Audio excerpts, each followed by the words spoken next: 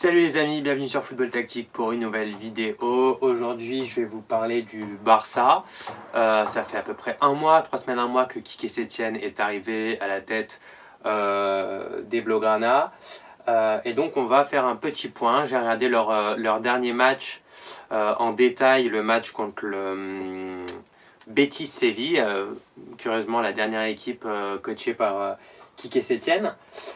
Et c'était très intéressant, on a pu voir une évolution tactique déjà. On l'avait senti déjà dès les premiers matchs, la philosophie finalement de Quique Setién se mettre en place, un jeu de passe, etc. Mais forcément, il y avait encore beaucoup de choses à affiner, à améliorer.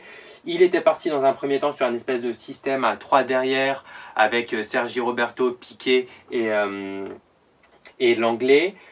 Il a rapidement compris que ça serait compliqué parce qu'il n'avait pas vraiment de largeur, à part Ansu Fati qui était capable d'apporter cette profondeur sur un côté et Alba, mais que c'était pas forcément le plus adapté par rapport au style de joueur qu'il a. Il pensait à un moment donné qu'avec Dembélé qui aurait été en possibilité de rentrer, il aurait eu ça avec Dembélé d'un côté et Alba de l'autre, mais avec la blessure de Dembélé, je pense qu'il a été obligé de revoir un peu ses plans. Du coup, ce qui s'est passé, en fait, c'est qu'il a remis Nelson Semedo, qui apporte lui beaucoup de largeur, beaucoup de profondeur au jeu offensif. C'était vraiment un latéral très très porté sur l'attaque. Avec, bon là, dans ce match-ci, ça a été Firpo qui a joué sur le côté gauche. Les 3 milieux de terrain, donc Busquets, De Jong et Vidal qui a joué ici. Et ici, je crois que c'était... Sergi Roberto, oui, c'était Sergi Roberto qui a joué au milieu de terrain, et Griezmann et Messi. Donc en fait, déjà, les premières choses qu'on a pu voir, c'est comme je vous le disais, ce 4-3-3 bien défini, avec Busquets devant la défense. Sur les sorties de balle, on voit cette ligne de 4 qui vient se placer ici, donc avec le latéral droit Nelson, le latéral gauche dans ce match-là, donc c'était Firpo, et les deux milieux centres, donc De Jong et Sergi Roberto. Vidal qui redescend un petit peu, il a joué dans une espèce de pointe, mais de fausse pointe. Et vous allez voir, vous allez comprendre, je vais vous montrer après les images, vous allez comprendre en quoi il a été utile. Donc dans un espèce d'attaquant pivot qui redescendait pas mal et ce qui laissait la place à Griezmann et Messi de pouvoir attaquer eux avec des diagonales vers l'intérieur en fait. Mais on a déjà senti ce jeu et surtout les choses qu'on a déjà qui demandent plus de temps, donc qu'on commence à voir, ce sont le travail des deux milieux de terrain sur la projection vers l'avant. On voit que par exemple quand Vidal ou Messi descendent, on voit Sergi Roberto qui va se placer, ou Frenkie de Jong, ou les latéraux qui prennent la profondeur. Mais il y a ce travail plutôt, cette organisation déjà, quand un joueur demande, un autre prend l'espace qu'il a laissé, etc. On voit déjà aussi beaucoup cette mobilité d'être toujours dans l'espace, dans l'intervalle pour recevoir le ballon. Et De Jong commence finalement à jouer son football. Le ballon dans les pieds, c'est un joueur qui a une capacité, une intelligence de jeu absolument au-dessus de la moyenne.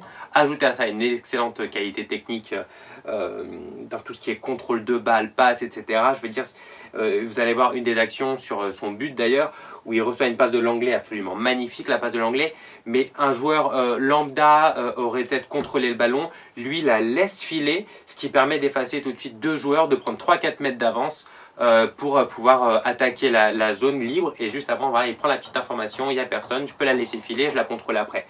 Donc ça, on va le voir de plus en plus, parce que ce sont des joueurs très intelligents qui, pour la plupart, sont nés dans cet ADN-là. L'ADN Barça, c'est ça aussi. Ce sont ces petits détails-là. Donc ça va se voir de plus en plus. Les milieux de terrain qui se projettent vers l'avant, dans la surface. On l'a vu par exemple sur le but de De Jong, comme je vous le disais. Donc voilà, donc après, Setién a montré déjà son intelligence. Je vous avais dit que c'était un entraîneur dogmatique par rapport au style de jeu. C'est un entraîneur qui aime le jeu de possession, qui aime le football cruyffiste un petit peu. C'est pour ça que pour moi, c'était un excellent choix pour le FC Barcelone. Mais c'est un entraîneur qui, par contre, est assez souple au niveau des schémas. On l'avait vu déjà sur une vidéo quand je vous l'avais présenté, Quique Setién. Il a déjà joué en 4-2-3-1, en 4-3-3, en 3-5-2. Enfin, voilà, il a utilisé des schémas à 3, à 4, machin, au milieu de terrain, en défense. Enfin, il a tout essayé. On l'a déjà vu au Barça, il est arrivé, il a voulu mettre un espèce de système à 3 derrière avec Sergi Roberto, Piqué et l'anglais.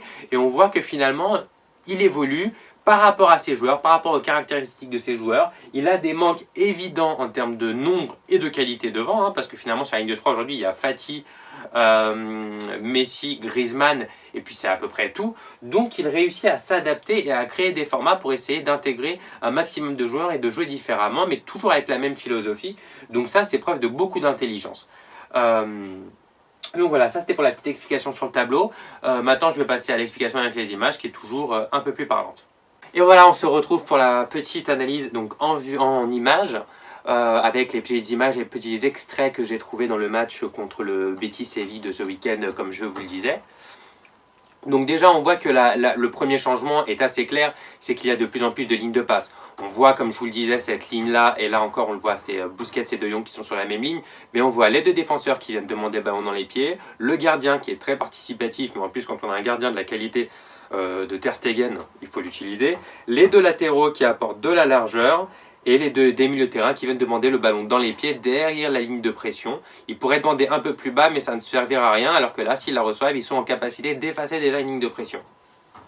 Et on voit ici sur le fameux but de De Jong, vous voyez que la passe de l'anglais est absolument magnifique, et De Jong tout de suite se met de profil pour laisser passer le ballon. On voit les appuis tout de suite et le corps orienté comme ça vers la zone, et laisser passer le ballon. Et grâce à une seule passe, le Barça va réussir à effacer 1, 2, 3, 4, 5 joueurs en un seul mouvement. Donc c'est absolument magnifique, c'est bien joué, et on voit que le positionnement est toujours le même avec les 4 joueurs au milieu de terrain qui viennent proposer.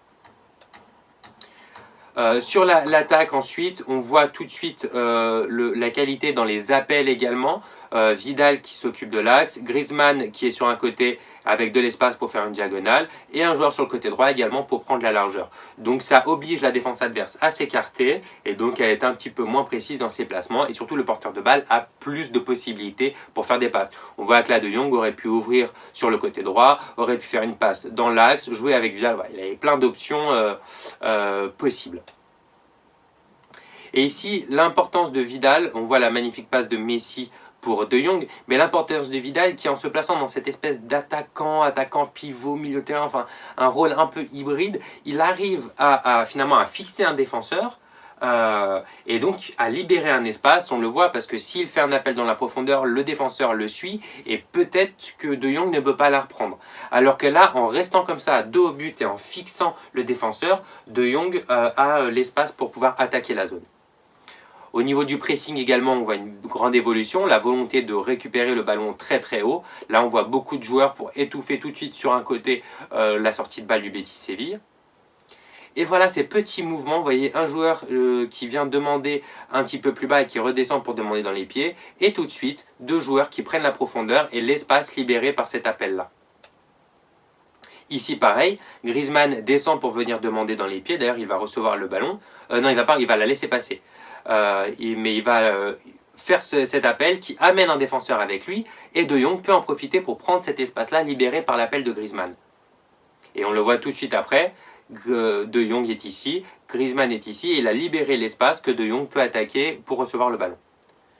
Encore une fois, ce pressing très intense pour fermer, là on voit 4 sur 2 joueurs, et surtout une ligne défensive très très bien alignée, courte dans la largeur, donc qui laisse peu d'espace entre chaque joueur pour attaquer la profondeur pour le Betis Séville qui peut difficilement attaquer la profondeur. Donc c'est une défense qui est très très bien organisée, des joueurs en couverture au cas où ces joueurs-là arrivent à sortir de la zone de pression, et une défense qui est très bien placée pour fermer les espaces dans son dos. Et tout de suite cette volonté évidemment de demander le ballon dans les espaces. Dans le jeu, on voit tout de suite De Jong qui regarde d'un côté pour voir où il est situé et où sont situés ses adversaires, de la largeur des deux côtés du terrain. Donc le porteur de balle a plus de solutions et c'est plus facile de progresser. Ici, encore une fois, on voit la largeur et surtout ces petits détails. Vous voyez, Vidal est redescendu, et bien De Jong a pris cet espace-là pour aller lui se placer en attaque, pour créer toujours ce mouvement et avoir toujours essayer de créer le maximum de confusion chez l'adversaire. Ici, De Jong qui fait le petit appel pour venir se placer là, juste dans la zone pour recevoir le ballon. On voit qu'il regarde où sont situés ses adversaires. Et toujours cette prise d'information essentielle, surtout quand on joue dans un football de possession face à un bloc assez fermé, on est obligé de toujours regarder pour savoir si on peut ou non recevoir le ballon. Mais déjà d'arriver à se placer, de venir se placer là, c'est un signe d'intelligence et surtout ça facilite le jeu du porteur de balle. Ici, on voit bien comment l'équipe est organisée. Vous voyez les deux Griezmann qui vient se coller un peu plus proche de Vidal. On voit de la largeur des deux côtés et des joueurs entre chaque ligne avec les deux défenseurs et le milieu de terrain. Donc c'est une équipe qui sait être patiente, qui connaît ses positions et qui commence à trouver un peu son rythme de jeu. Encore une fois, ici, on voit le gardien qui a la balle, les deux défenseurs qui s'écartent, un milieu défensif qui demande derrière la ligne de pression, et ici les joueurs qui attendent dans cette zone-là. Ils pourraient redescendre plus bas, venir la chercher, mais non, il ne servira à rien. Là, il voit que les joueurs sont en supériorité dans cette zone-là. 1, 2, 3, 4. Je le compte Ter Stegen en tant que joueur, parce qu'avec ses qualités de jeu au pied, pour moi, il compte. Donc là, 1, 2, 3, 4. Et là, ils sont juste ici derrière cette ligne de 3. Donc si Ter Stegen arrive à trouver cette zone-là, ils peuvent venir demander derrière, ou lui peut allonger pour jouer sur un côté. Bref, il y a des lignes de passe, il y a du mouvement, et surtout, il y a du savoir se placer par rapport au bloc adverse. Encore une fois, ici, intelligence. Un appel, un appel pour venir demander entre les lignes. Et tout de suite, De Jong qui fait cet appel inverse pour prendre l'espace. On voit que le défenseur est prêt à suivre. De Jong qui va faire cet appel-là, lui est prêt à le suivre. Et du coup, ça libère qui? Ça libère celui qui donne la profondeur. Donc en fait, le mouvement de ce joueur-ci force le joueur de ce joueur-ci et libère le joueur de l'espace de ce joueur-ci. Donc en fait, c'est une espèce d'effet domino. C'est un premier mouvement, amène un deuxième et libère un troisième joueur ou enchaîne le mouvement d'un troisième joueur, etc. Donc là, dans ces mouvements, forcément, il faut du temps pour les mettre en place, mais les choses commencent à prendre gentiment. Là, on voit la conduite de balle de Sergi Roberto très intéressante. Il aurait pu prendre le couloir et finalement venir s'enfermer sur Vidal. Mais ce qu'il va faire, c'est qu'il va faire une course un peu intérieure qui oblige le défenseur à rester bien en place à côté de son coéquipier. Et du coup, il va venir le fixer pour pouvoir libérer ensuite Vidal qui aura, lui, tout le champ sans avoir de défenseur face à lui pour attaquer le couloir. Ici, on voit les lignes de passe claires. On voit encore Sergi Roberto ici qui vient demander un peu plus bas. Du coup, ça libère de l'espace pour Nelson. On voit bien que le défenseur l'a suivi. Les deux joueurs qui demandent dans les pieds, de la largeur sur un côté. Enfin voilà, il y a des lignes de passe, il y a du mouvement. Il y a surtout la volonté de créer du mouvement. C'est-à-dire que je vais venir demander le ballon 3, 4, 5 mètres un peu plus bas pour qu'un défenseur me suive et qu'un coéquipier puisse prendre cet espace-là. Et ça, c'est beaucoup d'intelligence et beaucoup de travail. Ici, on voit le petit détail, mais c'est sur la sortie de l'anglais. Vous voyez tout de suite Firpo qui vient fermer sur une ligne plus basse pour empêcher une course. Et d'ailleurs, Firpo va intercepter cette balle, alors que s'il était resté par exemple sur la même ligne que l'anglais, et l'attaquant aurait pu récupérer. Mais on voit qu'ici, les joueurs viennent tout de suite, hop, Umtiti et Firpo viennent baisser derrière pour en fait l'anglais et la ligne de pression, et eux deux forment une ligne de couverture pour couvrir au cas où le ballon passe ou le joueur passe, arriver à avoir cette couverture-là. On voit encore une fois ici, c'est bien en place. On voit les deux défenseurs qui viennent demander proche du gardien, le milieu défensif Busquets ici, de la largeur et les deux milieux centres ici. Et on voit ici aussi Vidal, vous voyez, je vous disais cette espèce de position où il demande un petit peu plus bas pour créer ce petit losange ici et pour permettre en fait qu'il y a un défenseur qui va le suivre et ça va libérer un espace pour les diagonales de Griezmann ou de Messi et libérer un petit peu, ou même les entrées des deux milieux de terrain de Sergi Roberto et de Jong, mais pour libérer de l'espace et créer du mouvement.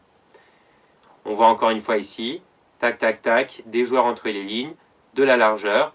Et le fait d'avoir des joueurs qui demandent ici, ça libère de l'espace. On le voit pour Nelson Semedo qui a son couloir bien ouvert. Et c'est un joueur qui est très très fort dans ça. C'est un joueur qui a une grande qualité technique, très rapide. Il est capable de prendre son couloir et en plus de combiner ensuite avec des milieux de terrain dans un jeu intérieur. Il faut savoir que Nelson Semedo, il a commencé en tant que numéro 10. Donc il a une qualité technique au-dessus de la moyenne. Et il est capable de venir de chercher les 1-2 avec un joueur en appui dans l'axe. Et donc voilà, c'était la petite analyse de ce match contre le Betis. Je suis pas trop rentré dans le détail, je voulais juste vous montrer un petit peu l'évolution déjà de l'équipe. Les petites choses, on avait parlé après le premier match du placement des joueurs, on voyait déjà certaines lignes de passe, certaines volontés. On a vu l'évolution, Quique Setien qui est revenu à un système plus classique du 4-3-3, il a essayé ce système à 3 derrière, par rapport aux blessures, par rapport aux joueurs offensifs. Il s'est rendu compte que non. Par contre, il a trouvé une parade, c'est avec la largeur que Nelson Semedo est capable d'apporter, avec la largeur que Jordi Alba ou Firpo sont capables d'apporter aussi, même si Firpo n'a pas été aussi bon que Nelson, bien en dessous d'ailleurs que Nelson sur ce match-là.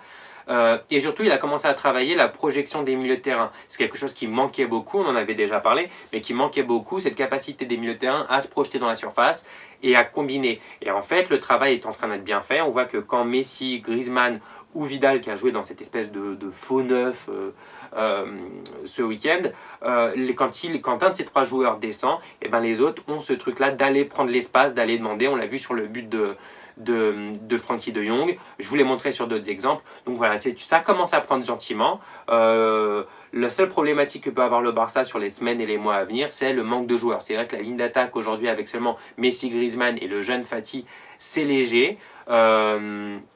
Quique Setien va pouvoir bricoler avec du Vidal, avec des joueurs comme ça qui sont capables, dans ce registre-là, comme je vous l'ai montré là, d'apporter.